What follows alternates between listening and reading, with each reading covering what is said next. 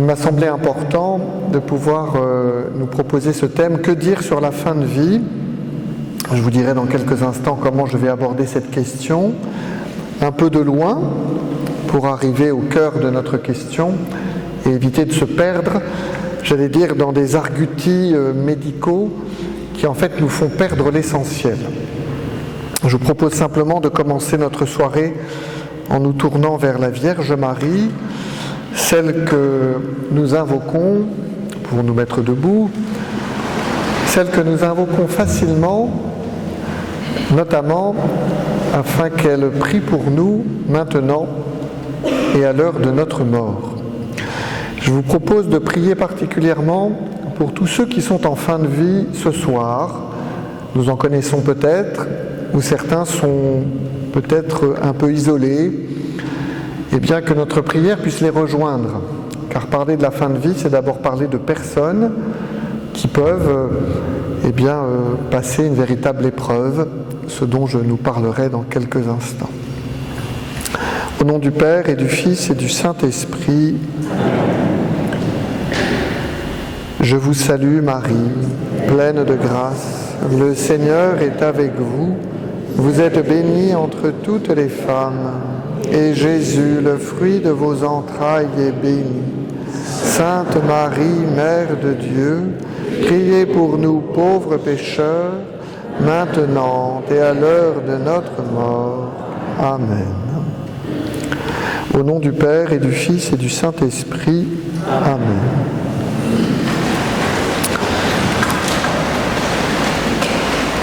Que dire sur la fin de vie ?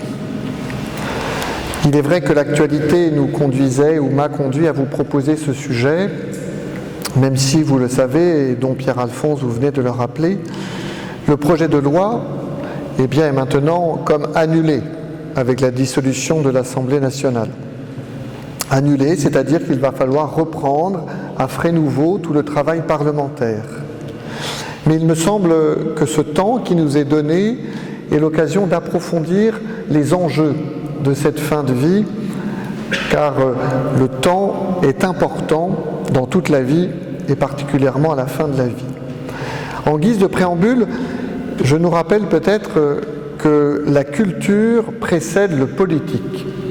Qu'est-ce à dire ? C'est que la culture ambiante est celle que le politique aujourd'hui va suivre, valider, corriger parfois, et donc l'enjeu est donc culturel dans cette problématique de la fin de vie.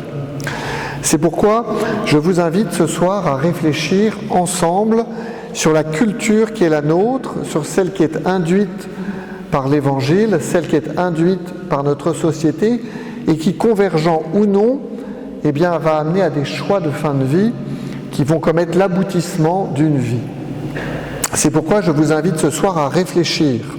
Je ne vais pas vous donner des choses toutes faites, toutes finalisées, mais peut-être prendre le temps avec vous de mesurer quels sont les enjeux que nous relevons à travers cette problématique de la fin de vie.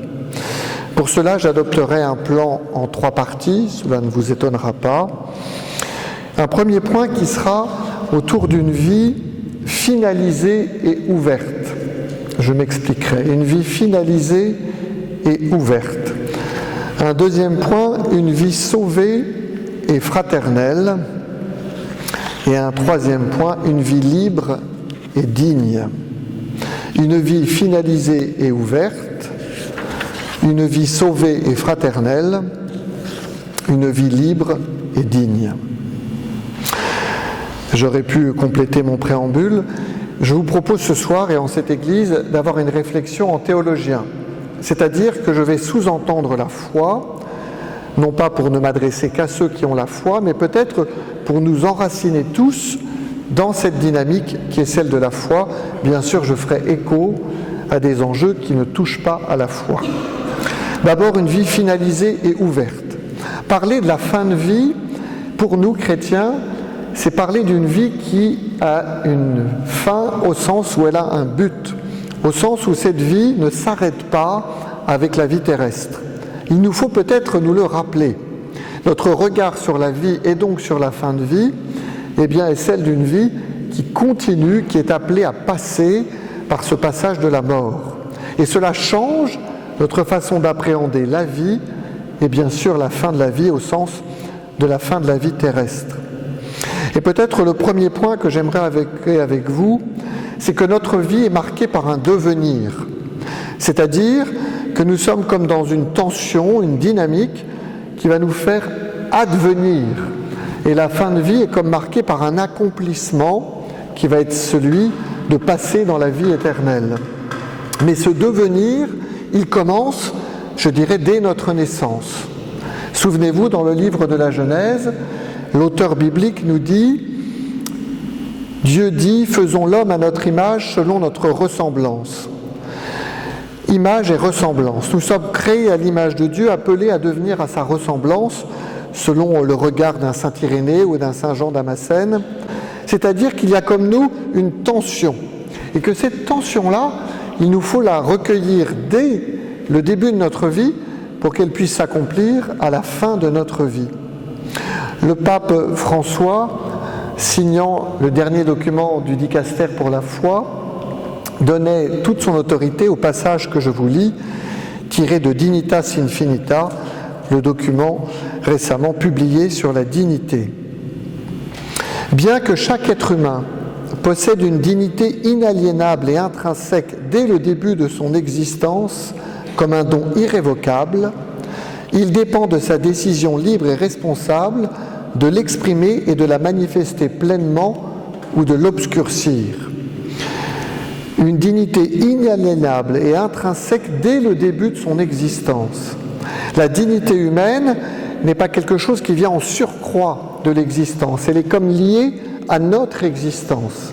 Il y a quelque chose d'intrinsèque et d'inaliénable. Je ne pourrai jamais dire « toi, tu n'as plus la dignité de vivre ». Mais ce que dit le pape François au terme de cette première phrase, il nous faut choisir, décider librement et de façon responsable, d'advenir. Il continue, certains pères de l'Église, comme saint Irénée ou saint Jean Damascène, ont établi une distinction entre l'image et la ressemblance, dont parle la Genèse, permettant ainsi un regard dynamique sur la dignité humaine elle-même. L'image de Dieu est confiée à la liberté de l'être humain afin que, sous la direction et l'action de l'Esprit, sa ressemblance avec Dieu grandisse et que chacun puisse atteindre sa dignité la plus haute. Cela, c'est pour tous. C'est-à-dire que nous avons une dignité, j'ose dire, initiale, que certains pères appellent comme un sceau, qui est gravé en nous, et nous sommes appelés à faire croître ce sceau.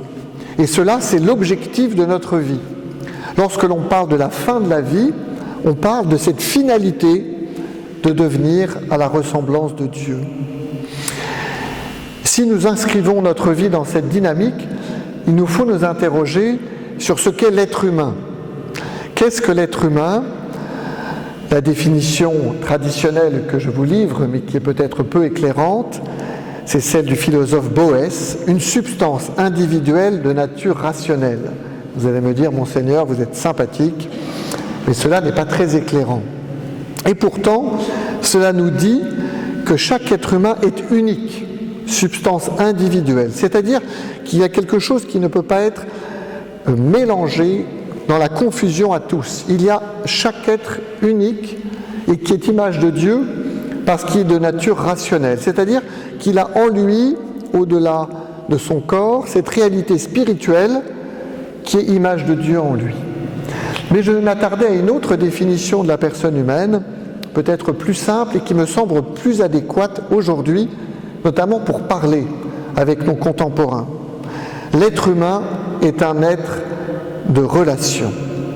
La Genèse nous dit au chapitre 1, verset 27, « Dieu créa l'homme à son image, à l'image de Dieu il le créa, il les créa hommes et femmes. » La relation homme-femme est image de Dieu.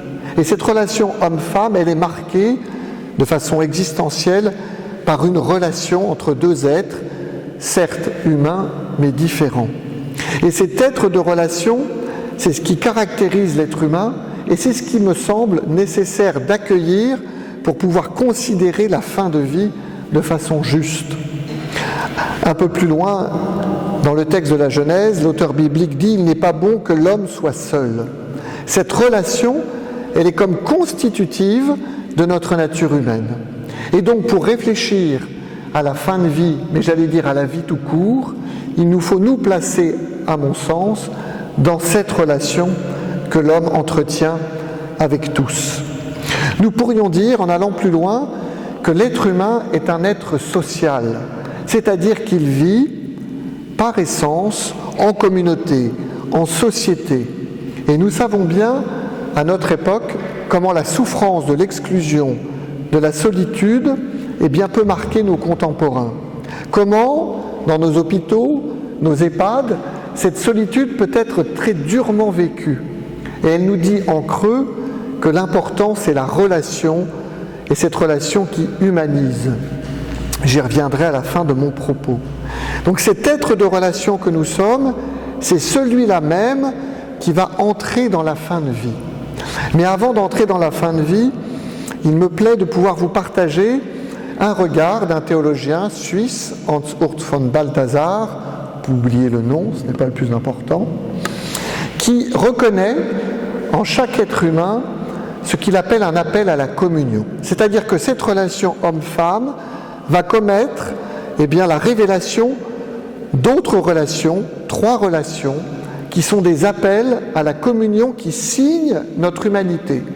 Et tout l'enjeu, à mon sens, c'est de recevoir ces appels pour pouvoir les honorer durant toute la vie et particulièrement à la fin de la vie. Ces 3 appels à la communion qui sont inscrits en nous, c'est la relation homme-femme, la relation corps-âme et la relation individu-société. Ces 3 relations sont souvent vécues aujourd'hui comme des problèmes. Pourquoi ? Parce qu'il y a le drame du péché. Et ainsi la relation homme-femme peut être aujourd'hui difficile à vivre parce qu'elle est aussi traversée par certaines incompréhensions. La relation corps-âme me semble intéressante à poser, sachant qu'aujourd'hui, on peut nier ces appels à la communion, nier ce que Balthasar appelle ces polarités en nous, la polarité homme-femme, on peut nier la réalité de cette différence sexuée, la polarité corps-âme, on peut nier l'existence de l'âme et considérer que nous ne sommes que pure matière, pur corps, et que donc, une fois que le corps n'arrive plus à vivre, l'homme n'est plus là. Nous pouvons entendre cela aussi sous le mode de la blessure du péché. La relation corps-âme et cet appel à la communion entre le corps et l'âme que nous cherchons à vivre les uns et les autres, et qui peut être marquée par une blessure qui va être souffrance. Souffrance physique ou souffrance psychologique. Lorsque je n'arrive plus, psychologiquement, à m'accueillir tel que je suis, parfois diminué, parfois limité, cette souffrance-là peut s'exprimer. Elle est, je crois, le signe d'abord d'un appel à la communion qui ne se réalise plus. Quelque part d'un cri. Je n'arrive plus à assumer ce corps tel qu'il est. Je n'arrive plus à assumer ma vie. 2 solutions. Soit on répond à ce cri en supprimant, soit on répond à ce cri en essayant d'honorer ce que nous sommes, cet être de relation, et ainsi accompagner pour qu'une nouvelle harmonie avec un corps qui peut être blessé, certes, puisse de nouveau être comme accepté, vécu, pour répondre, j'y reviendrai, à la dignité de l'homme. Ainsi, cette polarité corps-âme, dans le drame de la fin de vie, elle est très, blessée. Parce que certes, il y a une souffrance de se voir parfois partir, de voir toutes ses potentialités, ses capacités, s'amenuiser. Souffrance psychologique, mais qui peut être aussi une clé de lecture de véritables souffrances physiques. Le corps va envoyer des signaux, et des signaux qui ne sont pas que des mots, qui sont des douleurs, que l'âme va considérer comme insupportables. Et il y a là pour nous un appel. Comment je reconnais cette disharmonie, ces souffrances physiques et psychologiques, et je cherche non pas à les supprimer au sens où je supprimerais l'être humain, mais à les reconnaître pour permettre à cet être humain de retrouver sa dignité ou de la garder plutôt, en demeurant dans cette communion entre son corps et son âme. Mais il y a cette troisième polarité qui me semble particulièrement pertinente, la polarité individu-société. C'est-à-dire que l'être humain, s'il est marqué par la différence des sexes, homme-femme, s'il est marqué par cet appel à la communion entre son corps et son âme, est aussi marqué par le fait qu'il est un individu unique, ce que la définition de Boès nous rappelle, mais qu'il est aussi appelé à vivre en société. L'être humain, je le disais il y a quelques instants, est un être social. Et nous voyons bien comment cette tension individu-société a pu être comme distordue dans l'histoire. Dans l'histoire, des totalitarismes ont pu comme nier la possibilité même d'exister comme individu. Et je parle de ces totalitarismes du siècle dernier. Aujourd'hui, nous serions plus comme la prévalence, c'est-à-dire la prééminence, c'est-à-dire de mettre au sommet l'individu. La société devient secondaire. J'y reviendrai à la fin de mon propos. Le bien commun n'existe plus. Ce qui importe, c'est ma volonté individuelle, toute puissante, que je dois honorer toujours et partout. Ainsi, vous le voyez, il me semblait intéressant de vous les présenter. Ces polarités, quelque part, nous avons la tentation de les résoudre, quand elles n'opèrent pas bien, en supprimant un des pôles. La polarité corps-âme, je vais supprimer la dimension spirituelle et je ne vais m'attarder qu'au corps. Il peut y avoir l'autre travers, oublier le corps et n'être que dans le spirituel.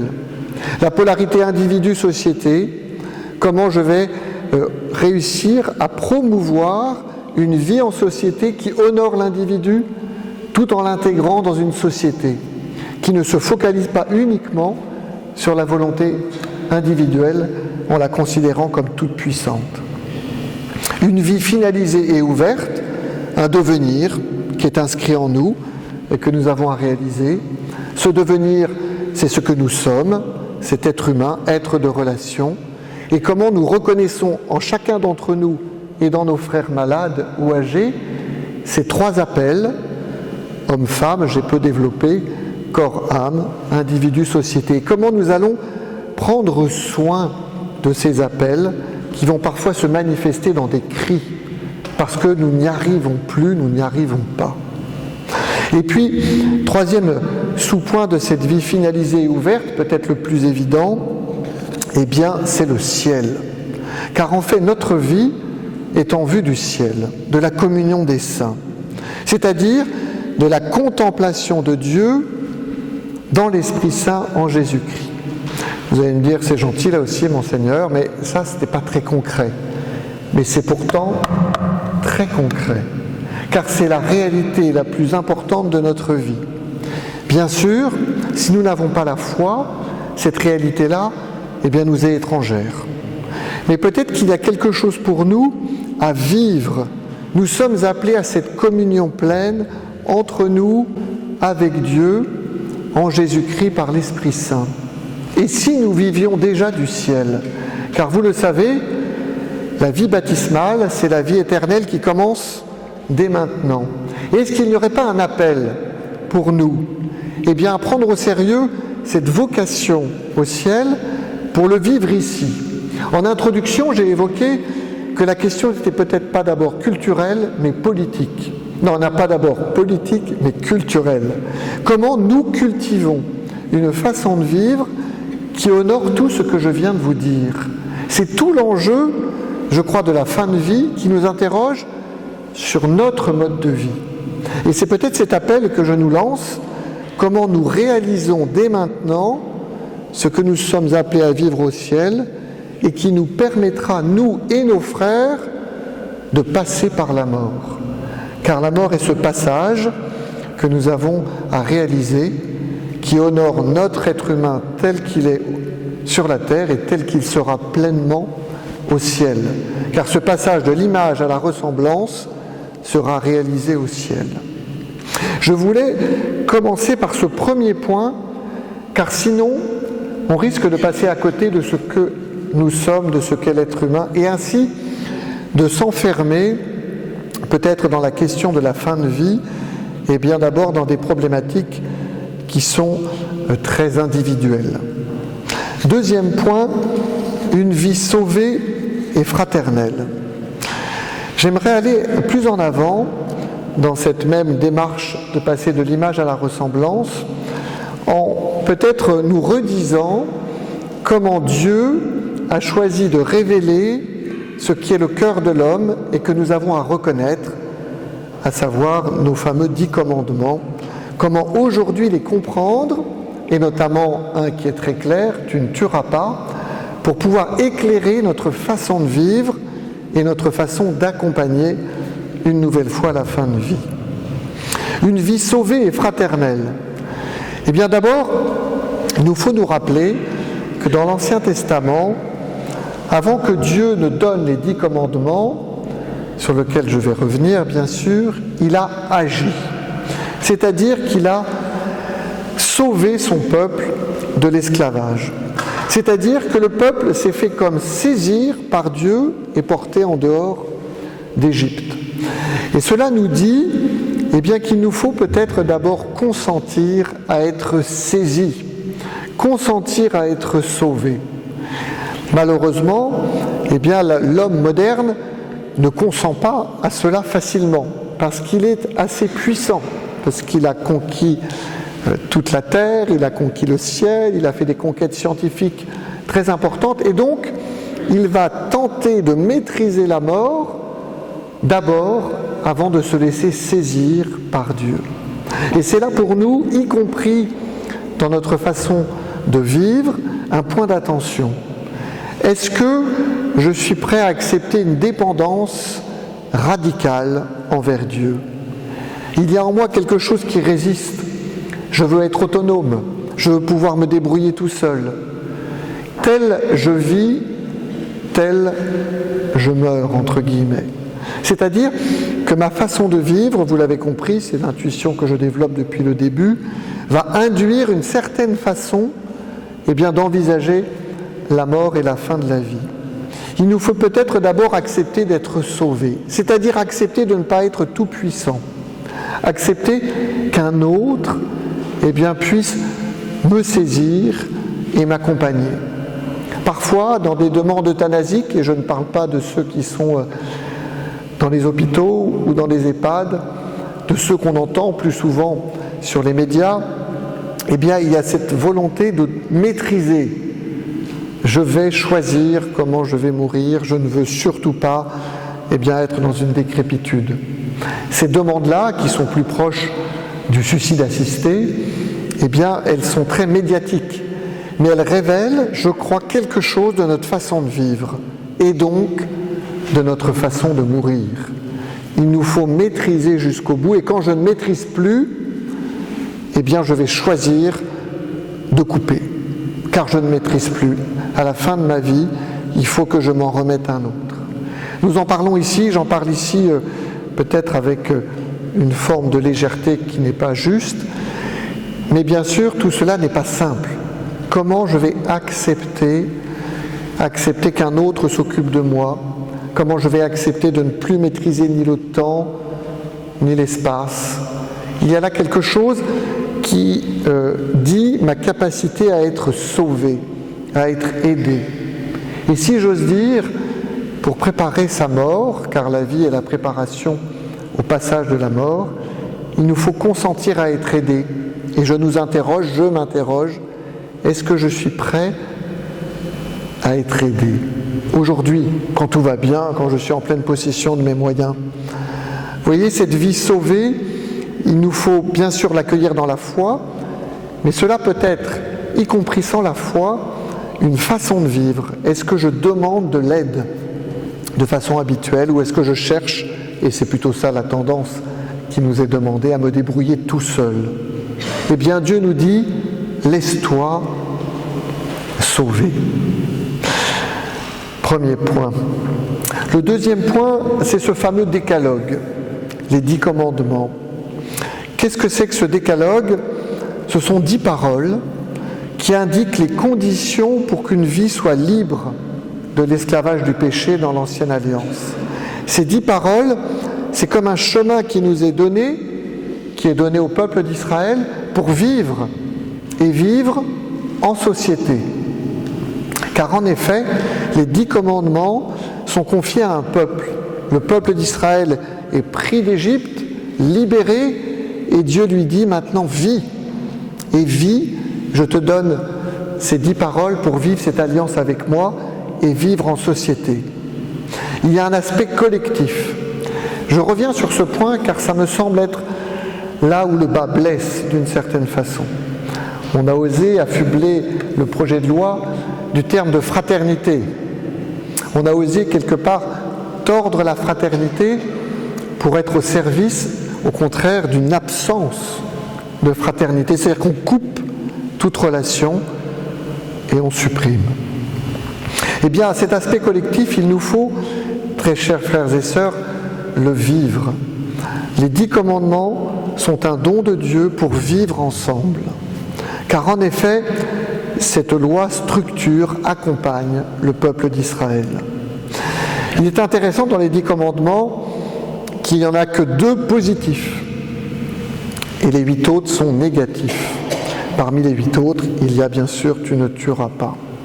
2 sont positifs, lesquels « souviens-toi du jour du sabbat pour le sanctifier, honore ton père et ta mère afin d'avoir longue vie sur la terre que te donne le Seigneur ton Dieu ».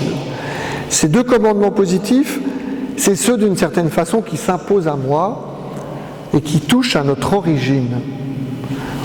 Souviens-toi du jour du sabbat, l'origine d'être créé par Dieu. Honore ton père et ta mère, notre origine, par l'union de notre père et de notre mère. Et peut-être que là, il y a quelque chose aussi à retrouver, que ce soit dans la foi ou non. Comment nous sommes invités à repartir de ce que nous sommes. C'est un peu la démarche que je vous propose ce soir. Et puis les autres sont négatifs. Qu'est-ce que ça veut dire négatif ?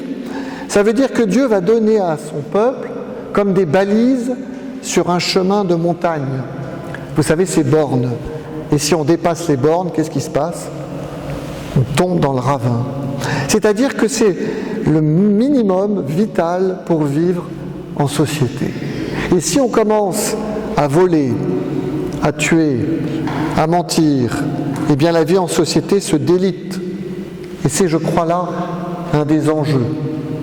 Cet enjeu-là ne met pas de côté l'accompagnement, je vais y venir dans ma 3e partie, mais à autoriser le suicide assisté ou l'euthanasie, nous introduisons comme un biais dans ce contrat social qui nous permet d'être des humains.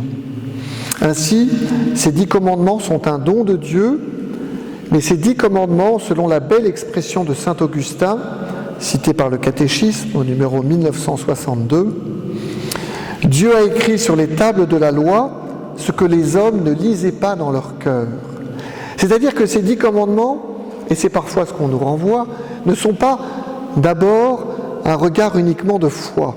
Ces 10 commandements révèlent le logiciel de notre humanité, ce qu'on appelle la loi naturelle. Saint Thomas d'Aquin, cité dans le catéchisme au numéro 1955, dit « La loi naturelle n'est rien d'autre que la lumière de l'intelligence mise en nous par Dieu. Par elle, nous connaissons ce qu'il faut faire et ce qu'il faut éviter. Cette lumière ou cette loi, Dieu l'a donnée à la création. »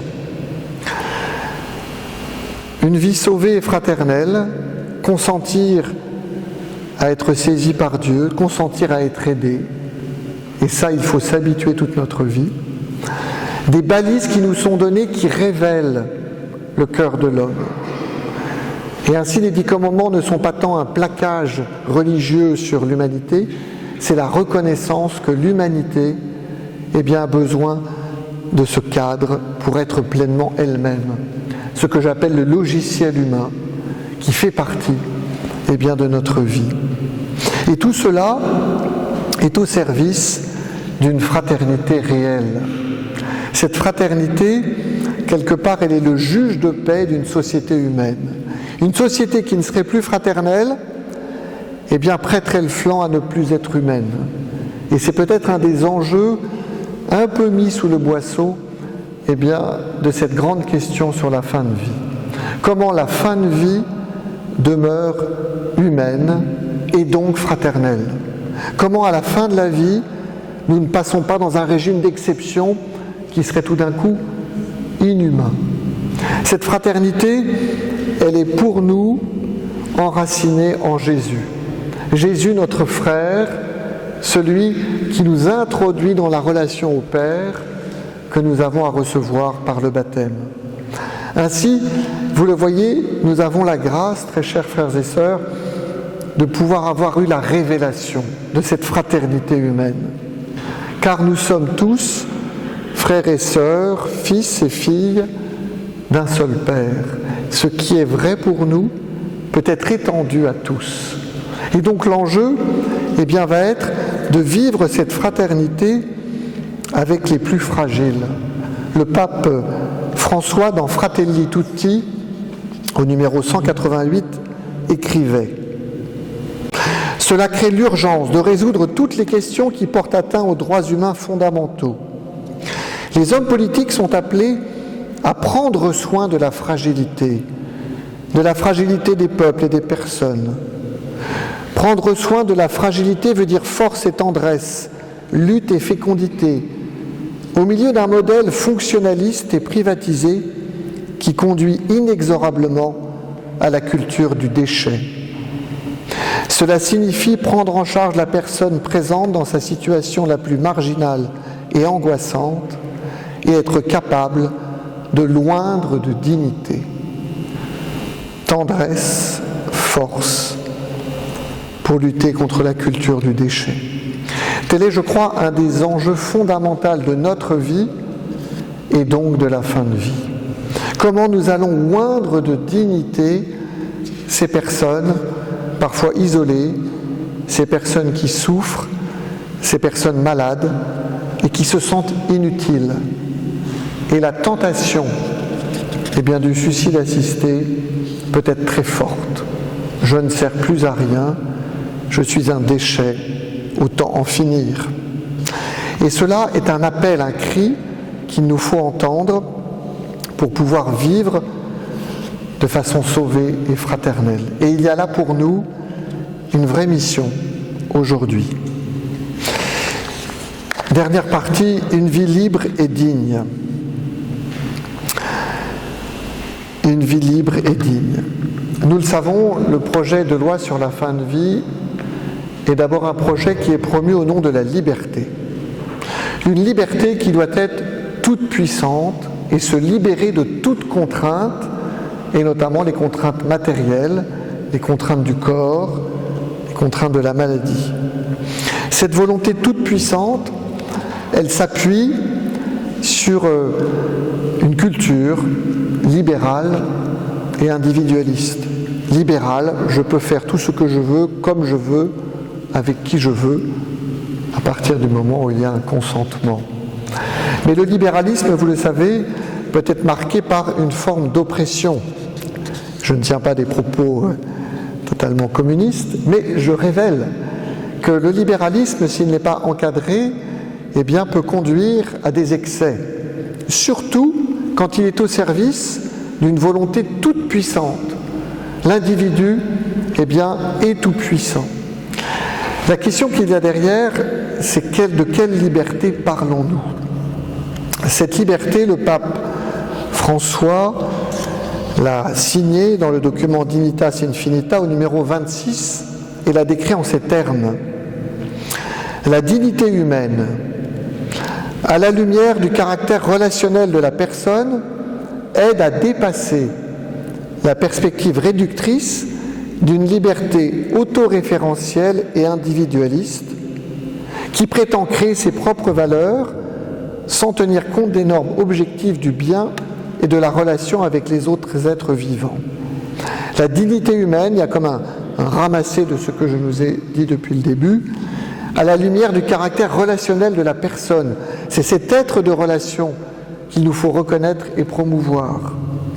Et non pas un être qui soit uniquement enfermé, j'allais dire, en lui-même, comme dit le pape, une liberté autoréférentielle et individualiste, qui qui va décider les valeurs qu'elle va vouloir se donner ou pas. Et donc il ne va pas du tout être dans une dynamique de recevoir la réalité, sans tenir compte des normes objectives du bien. Le document continue. De plus en plus, en effet, le risque existe de limiter la dignité humaine à la capacité de décider discrétionnairement de soi-même et de son propre destin. Un homme digne, c'est celui qui peut décider. Et donc, s'il ne peut plus décider, il n'est plus digne. Et donc, sa vie, peut être ôtée, supprimée par lui, bien sûr, mais aussi la société lui renvoie, tu n'es plus tout à fait capable de décider, il y a peut-être d'autres chemins à suivre. Je reprends la phrase du Saint-Père. Le risque existe de limiter la dignité humaine à la capacité de décider discrétionnairement de soi-même et de son propre destin, indépendamment de celui des autres. La société n'a pas à intervenir, sans tenir compte de son appartenance à la communauté humaine. La logique est implacable. Si je vis par moi-même tout seul, les autres, Sartre dirait, c'est l'enfer, les autres, je n'en ai pas besoin, je n'ai pas à tenir par les autres, et donc je ne tiens pas compte des autres. Dans une telle conception erronée de la liberté, les devoirs et les droits ne peuvent pas être reconnus mutuellement, de manière à ce que nous prenions soin les uns des autres. Le drame de cette conception de la liberté, c'est que l'aide des autres n'est pas intégrée. Ne peut pas être intégrée puisque c'est d'abord moi-même, tout seul, qui dois pouvoir décider. En vérité, comme nous le rappelle saint Jean-Paul II, la liberté est mise au service de la personne et de son accomplissement par le don d'elle-même et l'accueil de l'autre. Ce que j'ai évoqué depuis le début, cet accomplissement, ce passage, de l'image à la ressemblance, ce devenir qui est inscrit en nous, ce logiciel humain que librement, je vais choisir de mettre en œuvre ou pas, certes. La liberté est mise au service de la personne et de son accomplissement par le don d'elle-même et l'accueil de l'autre. Au contraire, lorsque sa dimension individualiste est absolutisée, elle est vidée de son sens premier, sa vocation et sa dignité même sont démenties. Cette approche de la liberté, si j'ose dire, n'est pas celle d'abord des Lumières. Cette approche de la liberté, c'est ce choix que Dieu nous propose de la vie, de cette vie que nous avons d'abord à reconnaître et auquel nous pouvons nous associer librement. Elle sous-entend cette liberté un donner. J'ai reçu quelque chose et je vais librement accepter de suivre cette vie reçue. La dignité humaine peut être approchée et elle peut éclairer notre façon de considérer la fin de vie en ces termes du pape. Pour clarifier davantage le concept de dignité, il est important de souligner que la dignité n'est pas accordée à la personne par d'autres êtres humains sur la base de certains dons et qualités, de sorte qu'elle pourrait éventuellement être retirée. Il y aurait une dignité qui serait comme contrainte, sujette à certaines qualités. Si je peux parler, si je suis conscient, j'ai une dignité. Si je ne parle plus, si je suis perdu dans des pensées, comme lors de la maladie d'Alzheimer, ma dignité ne serait plus là. Je continue. Si la dignité était accordée à la personne par d'autres êtres humains, elle le serait de manière conditionnelle et aliénable. C'est-à-dire qu'on reconnaîtrait une dignité à telle personne, et puis telle autre non. Et le sens même de la dignité resterait ainsi exposé au risque d'être aboli. En réalité, la dignité est intrinsèque à la personne, elle n'est pas conférée a posteriori, elle est antérieure à toute reconnaissance et ne peut être perdue. La dignité, c'est un don reçu, tout simplement parce que je suis un être humain. Et que ce don reçu, nous sommes appelés à le déployer, et notamment, vous l'avez compris, dans la relation. Le pape termine, par conséquent, tous les êtres humains possèdent la même dignité intrinsèque, qu'ils soient ou non capables de l'exprimer de manière adéquate. C'est-à-dire que tout être humain, parce qu'il est un être humain, est digne de vivre, même s'il ne peut pas exprimer toutes les potentialités. Je pense aux personnes handicapées, je pense aux personnes en fin de vie. Eh bien, pour avoir rencontré quelques prêtres, j'ai pu rencontrer des prêtres avec qui il n'y avait plus réellement d'échange. Mais j'ai pu m'adresser à eux et mystérieusement les faire exister. J'ai pu leur parler, j'ai pu leur dire toute la dignité qu'ils avaient, même si eux semblaient ailleurs. Et j'ai reconnu en eux la dignité de toute personne humaine. Alors, au terme de notre vie, eh bien, nous sommes parfois devant des situations où, justement, la dignité humaine semble parfois s'effilocher. La maladie, la souffrance, eh bien, peuvent nous conduire à ne plus nous croire suffisamment dignes de vivre. C'est là où il nous faut nous rappeler eh bien, que cette dignité, telle que le pape l'évoque au numéro 52, doit être soulagée et accompagnée. Je le lis. Il est certain que la dignité de la personne malade dans un état critique ou terminal exige de chacun les efforts appropriés et nécessaires pour soulager ses souffrances par des soins palliatifs appropriés et en évitant tout acharnement thérapeutique ou toute intervention disproportionnée. Comme je l'ai évoqué dans mon message vidéo il y a quelques semaines, depuis 1957 et le pape Pie XII, l'Église a la conviction qu'il ne faut pas faire d'acharnement thérapeutique. L'acharnement thérapeutique est malheureusement la logique d'une toute-puissance médicale qui est allée au-delà eh bien, de la personne humaine comme être de relation, comme appel à la communion corps-âme.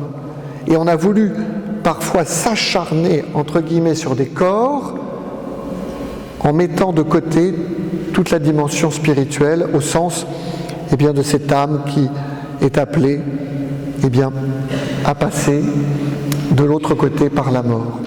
L'acharnement thérapeutique n'a rien à voir avec la foi.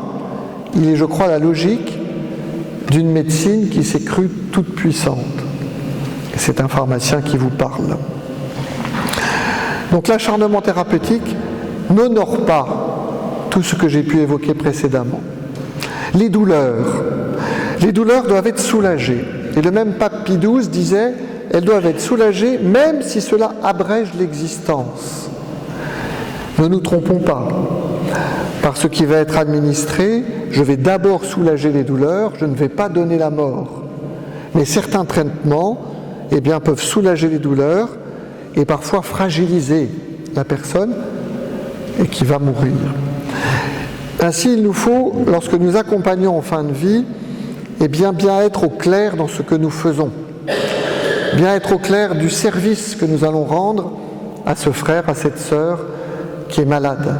Un service pour qu'elle puisse vivre jusqu'au bout cette dignité humaine et jusqu'au bout pour l'ouvrir eh bien, à la vie après la mort. Ainsi, ni acharnement thérapeutique, ni euthanasie active, comme on dit, c'est-à-dire qu'on va donner un produit qui va faire mourir. C'est reconnaître la dignité de la personne que de la garder dans cette relation tout en soulageant ses douleurs. Vous allez me dire, certaines douleurs ne sont pas soulageables.